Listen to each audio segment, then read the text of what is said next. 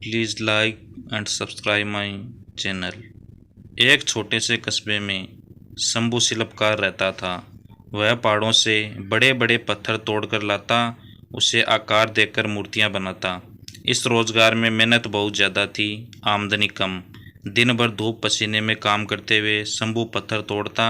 यह काम उसके पूर्वज भी किया करते थे। शंभू काम करते हुए सोचता है, यह छोटा मोटा काम करने से क्या फ़ायदा, ठीक से 2 वक्त की रोटी भी नसीब नहीं होती। मैं बड़ा आदमी बन जाऊं तो काम भी ज़्यादा नहीं करना होगा और बैठकर आराम से मौज करूंगा। एक रोज़ वह ऐसे नेता को देखता है जिसके आगे पीछे हमेशा भीड़ रहती है। उसको हाथ जोड़कर प्रणाम करने वाले सैकड़ों लोग खड़े रहते हैं। शंभू ने नेता बनने की ठान ली। कुछ दिनों में वह नेता बन गया। नेता बनने के बाद जब वो एक रैली कर रहा था, धूप काफ़ी तीव्र थी। धूप की गर्मी वह सहन नहीं कर पाया और बेहोश होकर वहीं गिर गया। होश आने पर उसने पाया वह बिस्तर पर लेटा हुआ है।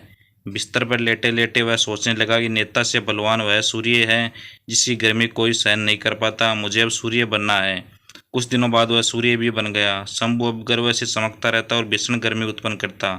तभी उसने देखा एक मजदूर खेत में आराम से काम कर रहा है। उसने गर्मी और बढ़ाई मगर मजदूर कोई फर्क नहीं पड़ा। विचार किया तो उसे मालूम हुआ ठंडी ठंडी हवा पृथ्वी पर बह रही है। तभी शंभू ने विचार किया, हवा बनकर मैं और शक्तिशाली बन जाऊंगा। कुछ दिनों बाद वह हवा बन गया। हवा बनकर वह इतराता इटलाता इधर उधर घूमने लगा। अचानक उसके सामने विकराल पर्वत आ गया जिसके पार वह नहीं जा सका। तब उसने सोचा, मैं इससे भी बड़ा पर्वत बनकर रहूंगा। कुछ समय बाद वह विशालकाय पर्वत बन गया। अब उसे अपने आकार और शक्तिशाली होने का घमंड हो गया। कुछ दिनों बाद उसे छेनी हथौड़ी की आवाज़ परेशान करने लगी। वह काफ़ी परेशान हो गया। उसकी आवाज़ इतनी कर्कश थी जो उसके शरीर को तोड़े जा रही थी।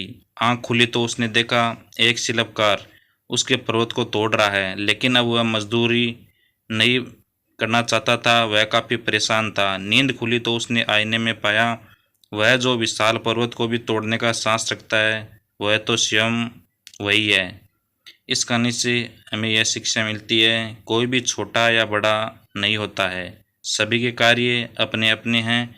किसी भी कार्य को करने में हिचकिचाना नहीं चाहिए, बल्कि गर्व का अनुभव करना चाहिए।